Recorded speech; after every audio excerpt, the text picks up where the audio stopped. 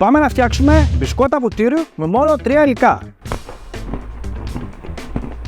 Θα χρειαστώ ένα μπολ και ένα σύρμα. Έχω αφήσει σε θερμοκρασία δωματίου 250 γραμμάρια βούτυρο αγελάδος όλυμπος μέσα στο μπολ, 125 γραμμάρια ζάχαρη άχνη και αφρατεύω πάρα πολύ καλά με ένα σύρμα.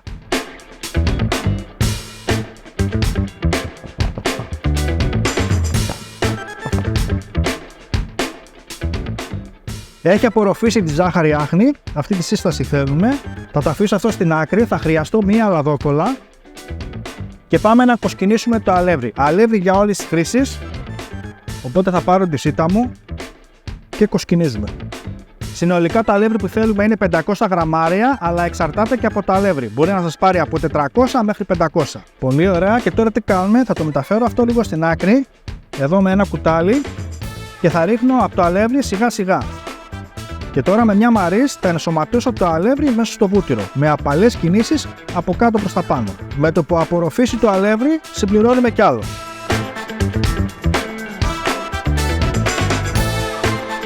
Αυτά τα μπισκότα είναι εκπληκτικά, μπορείτε να τα φτιάχνετε σχεδόν κάθε μέρα.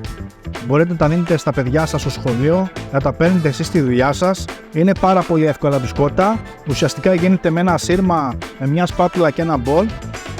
Απλά θέλει να κάνει τα βήματα ακριβώς. Φυσικά, όποιος έχει κουζινομηχανή μπορεί να το κάνει και με κουζινομηχανή, έτσι. Απλά εγώ σας το δείχνω πιο εύκολα, γιατί ο περισσότερος κόσμος δεν έχει κουζινομηχανή.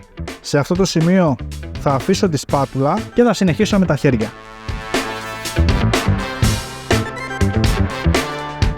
Το ζυμάρι μας είναι έτοιμο, οπότε τώρα θα το τυλίξω με μια μεμβράνη και θα το βάλω 10 με 15 λεπτά στο ψυγείο.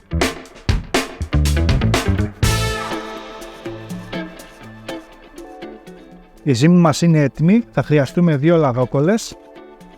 Η μία πάει κάτω, την βάλω στο κέντρο και την άλλη τη λαδόκολλα θα τη βάλουμε από πάνω. Θα χρειαστώ ένα πλάστη και θα ανοίξω τη ζύμη μου περίπου 5 χιλιοστά.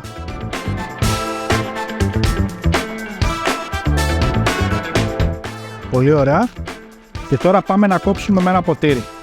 Η διάμετρος του ποτηριού είναι αυτή και πάμε να κόψουμε. Αυτό που θέλω να κάνετε εφόσον κόψετε τη ζύμη είναι να το ξεκολλήσετε λίγο και τα τοποθετούμε στο ταψί μας.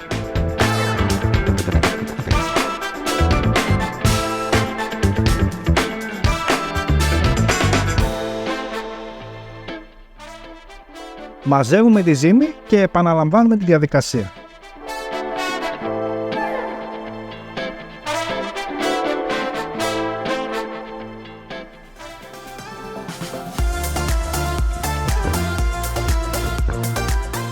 Και είμαστε έτοιμοι για ψήσιμο. Ψήνουμε σε προθερμασμένο φούρνο στους 180 βαθμούς στον αέρα για περίπου 10 με 12 λεπτά. Και τα μπισκότα βουτύρου είναι έτοιμα. Κοιτάξτε πόσο τέλεια είναι. Θέλω να τα φτιάξετε, να τα δοκιμάσετε και να μου πείτε εντυπώσεις κάτω στα σχόλια.